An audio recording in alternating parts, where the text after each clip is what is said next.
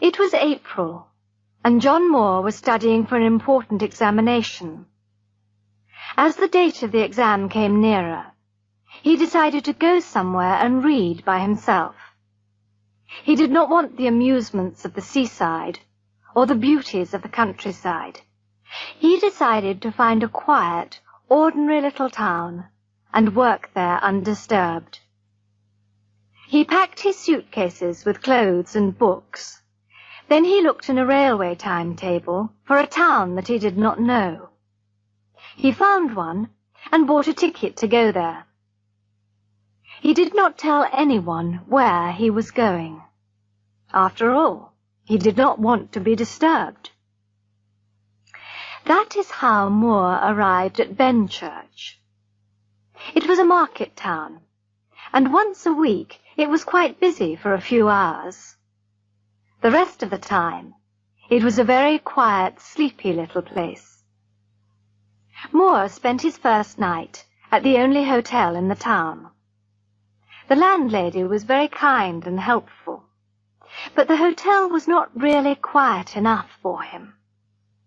The second day, he started looking for a house to rent. There was only one place that he liked. It was more than quiet. It was deserted and very lonely. It was a big, old 17th century house. It had tiny windows like a prison, and a high brick wall all round it. It would be hard to imagine a more unwelcoming place, but it suited Moore perfectly. He went to find the local lawyer who was responsible for the house. Mr. Carnford, the lawyer, was very happy to rent the house to him. "I'd be glad to let you have it free," he said, "just to have somebody living in it again after all these years. It's been empty so long that people have spread a lot of foolish stories about it. You'll be able to prove that the stories are wrong." Moore did not think it was necessary to ask the lawyer for more details of the foolish stories. He paid his rent, and Mr. Carnford gave him the name of an old servant to look after him. He came away from the lawyer's office with the keys of the house in his pocket. He then went to Mrs. Wood, the landlady of the hotel. "I'm renting a house for a few weeks," he said. "Can you advise me about shopping, please? What do you think I shall need?" "Where are you going to stay, sir?" the landlady asked. Moore told her. She threw up her hands in horror. "Not the judge's house?" she said, and she grew pale as she spoke. He asked her to tell him more about the house. "Why is it called the judge's house?" he said. "And why doesn't anyone want to live in it?" "Well, sir," she said, "a long time ago, I don't know how long, a judge lived there. He was a hard, cruel judge, sir, a real hanging judge. He showed no mercy to anyone. But as for the house itself, well, I can't say. I've often asked, but nobody could tell me for certain." She found it hard to explain. The general feeling in the town was that there was something strange about the judge's house. "As for me, sir," she said, "I won't stay there alone, not for all the money in the bank." Then she apologized to Moore. "I'm sorry to worry you, sir, really I am. But if you were my son, I wouldn't let you stay there one night on your own. I'd go there myself and pull the big alarm bell that's on the roof." Moore was grateful for her kindness and her anxiety. "How good of you to be so anxious about me, Mrs. Wood," he said. "But there's really no need to worry. I'm studying for an important examination, and I have no time for horrors or mysteries." The landlady kindly promised to do his shopping for him. Moore then went to see the old servant, whom Mr. Carnford had recommended to him. Her name was Mrs. Dempster, and she seemed pleasant and eager to please her new master. When he returned with her to the judge's house 2 hours later, he found Mrs. Wood waiting outside it. She had several people with her, men and boys carrying parcels, and another 2 men with a bed. "But there are beds in the house," cried Moore in surprise. "And nobody slept in them for 50 years or more. No, sir, I won't let you risk your life in an old damp bed." The landlady was obviously curious to see the inside of the house. At the same time, she was clearly afraid. At the smallest noise, she held nervously to Moore's arm. Together, they explored the whole house. After his exploration, Moore decided to live in the dining room. It was big enough for both working and sleeping. Mrs. Wood and Mrs. Dempster began to arrange everything. Soon the baskets were unpacked.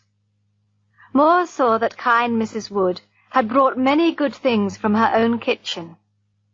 Before she left, she turned to Moore and said, "I do hope you will be all right, sir. But I must say, I couldn't sleep here, with all those ghosts." When she left, Mrs. Dempster laughed. "Ghosts?" she said. "Ghosts? There are no ghosts. There are rats and insects and doors that need oiling. There are windows that blow open in the wind. Look at the old oak walls of this room, sir. They are old, hundreds of years old. Don't you think there'll be rats and insects behind the wood? You'll see plenty of rats here, sir, but you won't see any ghosts. I'm sure of that. Now you go and have a nice walk, sir, and when you come back, I'll have this room all ready for you." She kept her promise. When Moore returned, he found the room clean and neat.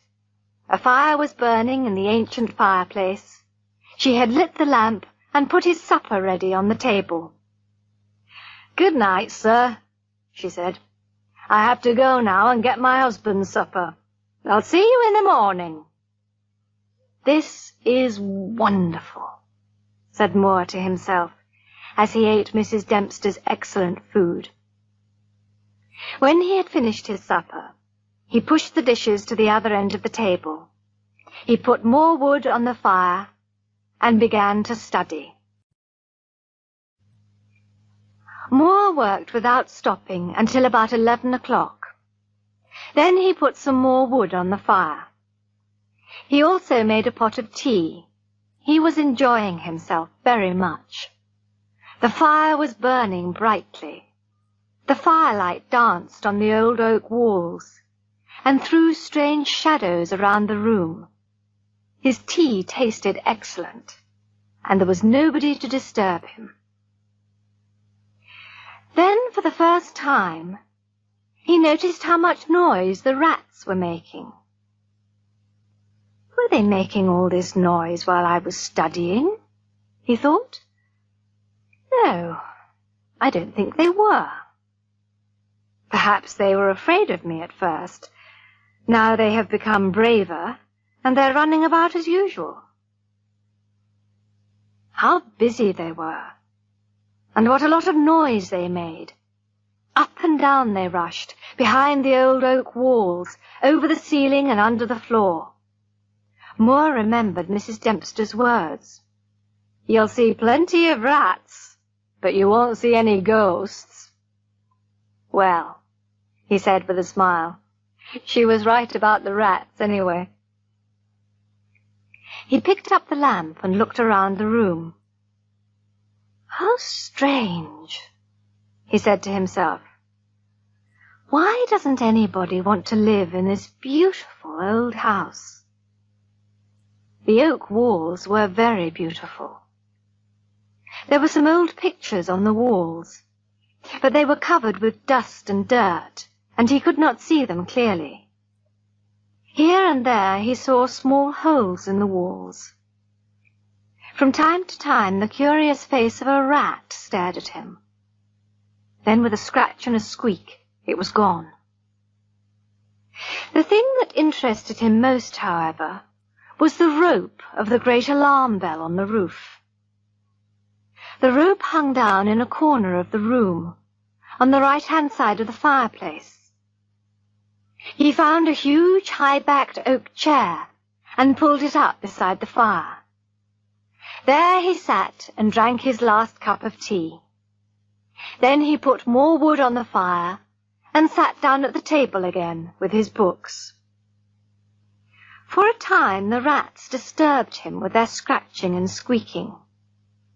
But he got used to the noise, and soon he forgot everything except his work. Suddenly he looked up. Something had disturbed him, but he did not know what it was. He sat up and listened. The room was silent. That was it. The noise of the rats had stopped. That's what disturbed me, said Moore with a smile. He looked around the room and saw an enormous rat. It was sitting on the great high-backed chair by the fire, and it was staring at him with hate in its small red eyes. Moore picked up a book and pretended to throw it, but the rat did not move. It showed its great white teeth angrily, and its cruel eyes shone mercilessly in the lamplight.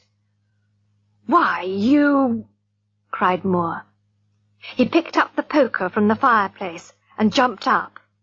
Before he could hit the rat, however, it jumped to the floor with a squeak. It ran up the rope of the alarm bell and disappeared in the darkness. Strangely, the squeaks and scratches of the rats in the walls began again. By this time, Moore no longer felt like working. Outside the house the birds were singing. Soon it would be morning. He climbed into bed and immediately fell asleep. He slept so deeply that he did not hear Mrs. Dempster come in.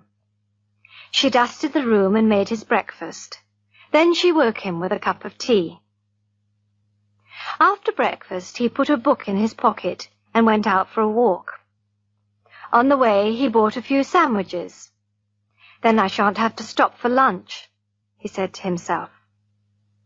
He found a pretty quiet little park and spent most of the day there studying. On his way home he called at the hotel to thank Mrs. Wood for her kindness. She looked at him searchingly. "You must not work too hard, sir. You look pale this morning. Too much studying isn't good for anyone. But tell me, sir, did you have a good night? Mrs. Dempster told me you were still asleep when she went in." "Oh, I was all right," said Moore with a smile. "The ghosts haven't troubled me yet. But the rats had a party last night. There was one old devil with red eyes. He sat up on the chair by the fire. He didn't move until I picked up the poker. Then he ran up the rope of the alarm bell. I didn't see where he went. It was too dark." "Dear God!" cried Mrs. Wood. "An old devil sitting by the fire? Take care, sir. Take care." "What do you mean?" asked Moore in surprise. "An old devil? The old devil, perhaps." Moore started to laugh. "Please forgive me, Mrs. Wood," he said at last. "I just couldn't help laughing at the idea of the devil himself sitting by my fire." And he began to laugh again. Then he went home for dinner. That evening the noise of the rats began earlier. After dinner he sat down beside the fire and drank his tea. Then he sat down at the table and started to work again. The rats disturbed him more than the previous night. They scratched and squeaked and ran about, and stared at him from the holes in the walls. Their eyes shone like tiny lamps in the firelight. But Moore was becoming used to them. They seemed playful rather than aggressive. Sometimes the bravest rats ran out onto the floor or across the tops of the pictures. Now and again, when they disturbed him, Moore shook his papers at them. They ran to their holes at once. And so the early part of the night passed quite quietly. Moore worked hard for several hours. All at once, he was disturbed by a sudden silence. There was not a sound of running or scratching or squeaking. The huge room was as silent as the grave. Moore remembered the previous night. He looked at the chair by the fireside and got a terrible shock. There, on the great high-backed oak chair, sat the same enormous rat. It was staring at him with hate. Without thinking, Moore picked up the nearest book and threw it. It missed, and the rat did not move. So Moore again picked up the poker. Again the rat ran up the rope of the alarm bell. And once more the other rats started their scratching and squeaking. Moore was unable to see where the rat had gone. The light of the lamp did not reach as far as the high ceiling, and the fire had burned low. Moore looked at his watch. It was almost midnight. He put more wood on the fire and made a pot of tea. Then he sat down in the great oak chair by the fire and enjoyed his tea. "I wonder where that old rat went just now," he thought.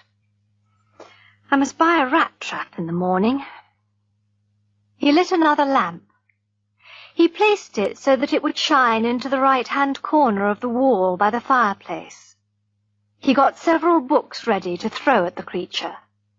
Finally, he lifted the rope of the alarm bell. He put it on the table and fixed the end of it under the lamp. As he handled the rope, Moore noticed how pliable it was. You could hang a man with it, he thought. Then he stood back and admired his preparations. "There, my friend," he said aloud. "I think I'll learn your secret this time."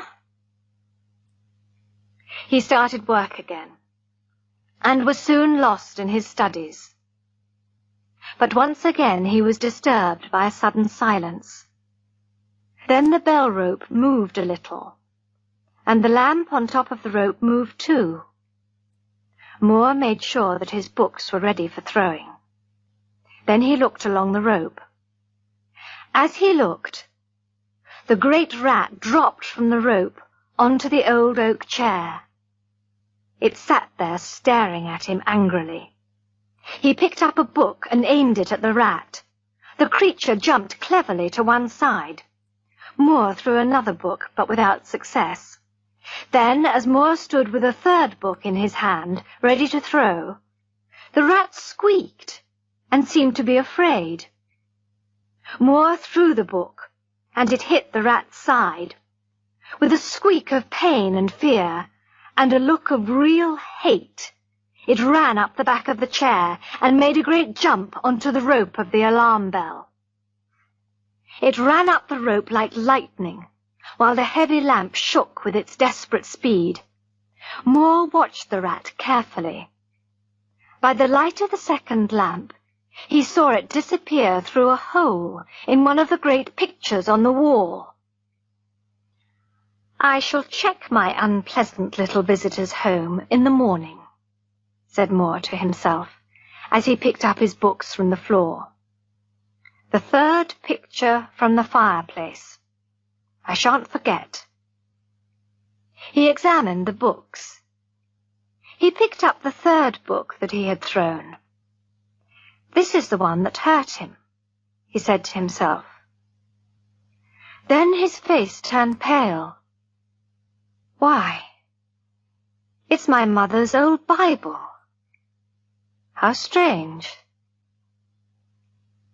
He sat down to work again, and once more the rats in the walls started their noise. This did not worry him. Compared with a huge rat, these ones seemed almost friendly. But he could not work. At last he closed his books and went to bed. The first red light of morning was shining through the window as he closed his eyes. He slept heavily but uneasily, and he had unpleasant dreams. Then Mrs. Dempster woke him as usual with a cup of tea, and he felt better. But his first request to her surprised the old servant very much. "Mrs. Dempster, while I'm out today, will you please dust or wash those pictures, particularly the third one from the fireplace? I want to see what they are." Again, Moore spent most of the day studying happily in the park. On his way home, he again visited Mrs. Wood at the hotel. She had a visitor with her in her comfortable sitting room. "Sir," said the landlady, "this is Dr. Thornhill." As soon as she had introduced them, the doctor began to ask Moore a great many questions. "I'm sure," said Moore to himself, "that the good doctor did not call here by accident." He turned to Dr. Thornhill. "Doctor, I'll gladly answer all your questions, if you'll just answer one of mine." The doctor seemed surprised, but he agreed at once. "Did Mrs. Wood ask you to come here and advise me?" asked Moore. The doctor looked surprised. Mrs. Wood's face turned very red, and she looked away. But the doctor was an honest, friendly man, and he answered quickly, "She did, but she didn't want you to know. She's worried about you. She doesn't like you staying there all alone, and she thinks you study too hard and drink too much strong tea. She asked me to give you some good advice. I was once a student too, you know, so I know what I'm talking about." Moore smiled and held out his hand to Dr. Thornhill. "I must thank you for your kindness, and you too, Mrs. Wood. I promise to take no more strong tea, and I'll be in bed by 1 o'clock. There. Will that please you both?" "Very much," said Dr. Thornhill. "Now, tell us all about that old house." Moore told them all about the events of the previous nights. When he told them how he had thrown the Bible, Mrs. Wood gave a little scream. When Moore had finished his story, Dr. Thornhill looked very serious. "The rat always ran up the rope of the alarm bell?" he asked. "Always." "I suppose you know," said the doctor, "what the rope is?" "No, I don't," said Moore. "It is the hangman's rope," said the doctor. "After the judge condemned someone to death, the unfortunate man was hanged with that rope." Mrs. Wood gave another scream. The doctor went to fetch her a glass of water. When he returned, he looked hard at Moore. "Listen, young man," he said. "If anything happens to you tonight, don't hesitate to ring the alarm bell. I shall be working quite late tonight, too, and I'll keep my ears open. Now don't forget."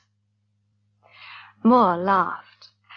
"I'm sure I shan't need to do that," he said, and went home for his dinner. "I don't like that young man's story," said Dr. Thornhill after Moore had left. "Perhaps he imagined most of it. All the same, I'll listen tonight for the alarm bell. Perhaps we'll reach him in time to help him." When Moore arrived home, Mrs. Dempster had already left, but his supper was ready for him. The lamp was burning brightly, and there was a good fire in the fireplace. It was a cold, windy evening, but the room was warm and inviting. For a few minutes after he came in, the rats were quiet. But as before, they soon became used to his presence in the room. Soon they started their noise again. He was glad to hear them. He remembered how silent they had been when the great rat appeared. Moore soon forgot the squeaking and scratching. He sat down to his dinner with a light heart. After dinner he opened his books, determined to get some work done. For an hour or two he worked very well. Then his concentration weakened, and he looked up.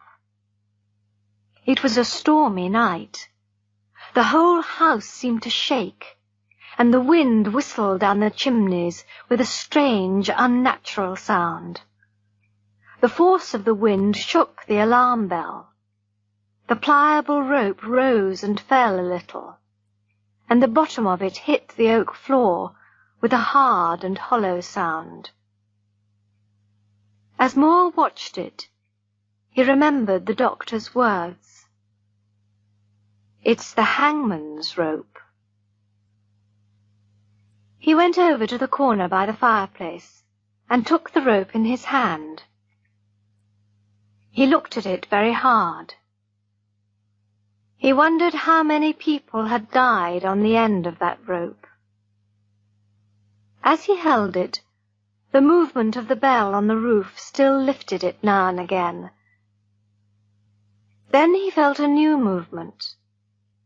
The rope seemed to tremble, as if something was moving along it. At the same time, the noise of the rats stopped. Moore looked up and saw the great rat coming down towards him. It was staring at him with hate. Moore dropped the rope and jumped back with a cry. The rat turned, ran up the rope again, and disappeared.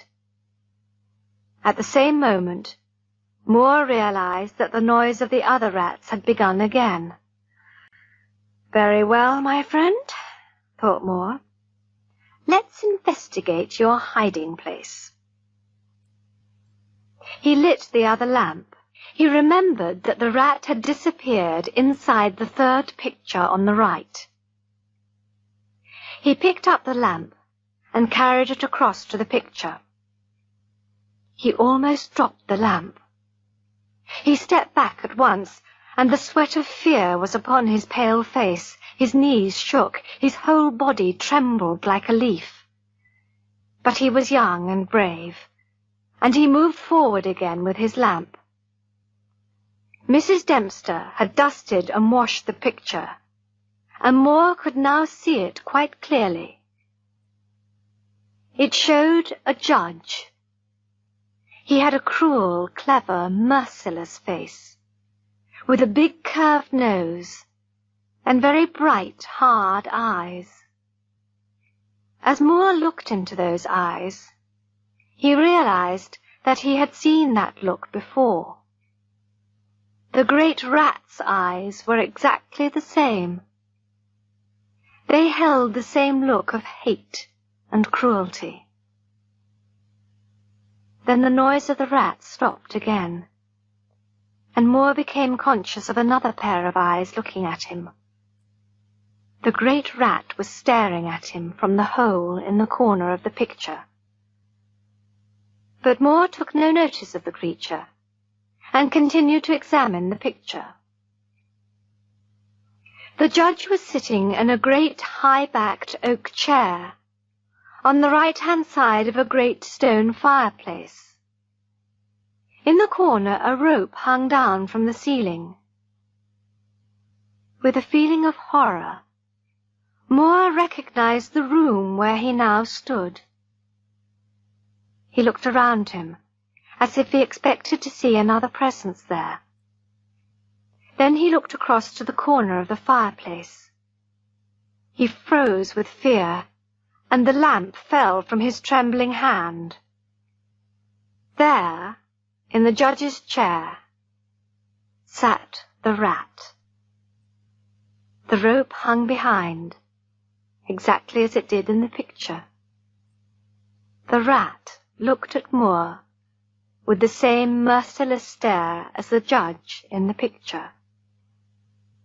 But there was a new, triumphant look in the small red eyes. Everything was silent, except for the storm outside. The lamp, thought Moore desperately. Fortunately, it was a metal one, and the oil had not caught fire. However, he had to put it out. In doing so, he forgot his fears for a moment. Then he stopped and thought, "I can't go on like this," he said to himself. "The doctor is right. Late hours and strong tea are no good for me. They just make me nervous. However, I'm all right now." He made himself a warm, milky drink and sat down to work. Nearly an hour later, a sudden silence disturbed him again. Outside, the storm was growling and whistling as loudly as ever. The rain drummed on the windows, but inside the house everything was as quiet as the grave. Moore listened carefully, and then he heard a strange squeaking noise. It came from the corner of the room where the rope hung down. At first he thought the rope itself was making the sound. But then he looked up and saw the great rat. It was chewing the rope with its ugly yellow teeth. It had almost bitten through it, and as Moore watched, part of the rope fell to the floor. Only a short piece was still attached to the bell, and the rat was still hanging on to it. Now the rope began to swing backwards and forwards. Moore felt a moment of terrible fear. "Now I can never ring the alarm bell," he thought. Then he was filled with anger. He picked up the book he was reading and threw it violently at the rat. He aimed it well, but before the book could hit the creature, it dropped off the rope and landed on the floor. At once Moore rushed towards it, but the rat ran away and disappeared into the shadows. "Let's have another rat hunt before bed," said Moore to himself. He picked up the lamp and almost dropped it again. The figure of the judge had disappeared from the picture. The chair and the details of the room were still there, but the man himself had gone. Frozen with horror, Moore moved slowly round. He began to shake and tremble. His strength left him, and he was unable to move a muscle. He could only see and hear. There, on the great high-backed oak chair, sat the judge. His merciless eyes stared at Moore. There was a smile of triumph on his cruel mouth. Slowly he lifted up a black hat. Moore's heart was drumming wildly. There was a strange singing noise in his ears. Outside, the wind was as wild as ever. Then, above the screams of the wind, he heard the great clock striking in the marketplace. He stood and listened, stiff and unmoving. The triumph on the judge's face grew. As the clock struck 12, the judge placed the black hat on his head. Slowly and deliberately, he rose from his chair and picked up the piece of rope from the floor. He pulled it through his hands. Slowly and carefully, he made the thick, pliable rope into a noose. He tested the noose with his foot. He pulled hard at it until he was pleased with it. Then he began to move slowly and carefully past the table on the opposite side to Moore. Then, with one quick movement, he stood in front of the door. Moore was trapped. All this time the judge's eyes never left Moore's. Moore stared into the cruel eyes, like a bird watching a cat. He saw the judge coming nearer with his noose. He saw him throw the noose towards him. Desperately, Moore threw himself to one side and saw the rope fall harmlessly to the floor. Again, the judge raised the noose and tried to catch Moore. Again and again he tried, and all the time he stared mercilessly at the student. "He's just playing with me," thought Moore, "like a cat playing with a bird. Soon he'll catch me and hang me." He looked desperately behind him. Hundreds of rats were watching him with bright, anxious little eyes. Then he saw that the rope of the alarm bell was covered with rats. As he watched, more and more were pouring down onto the rope from the round hole in the ceiling that led to the bell itself. The rats were hanging from the rope, and there were so many of them that the rope was swinging backwards and forwards. The alarm bell began to ring, softly at first, then more strongly. At the sound, the judge looked up. A devilish anger spread across his face. His eyes burned like red jewels.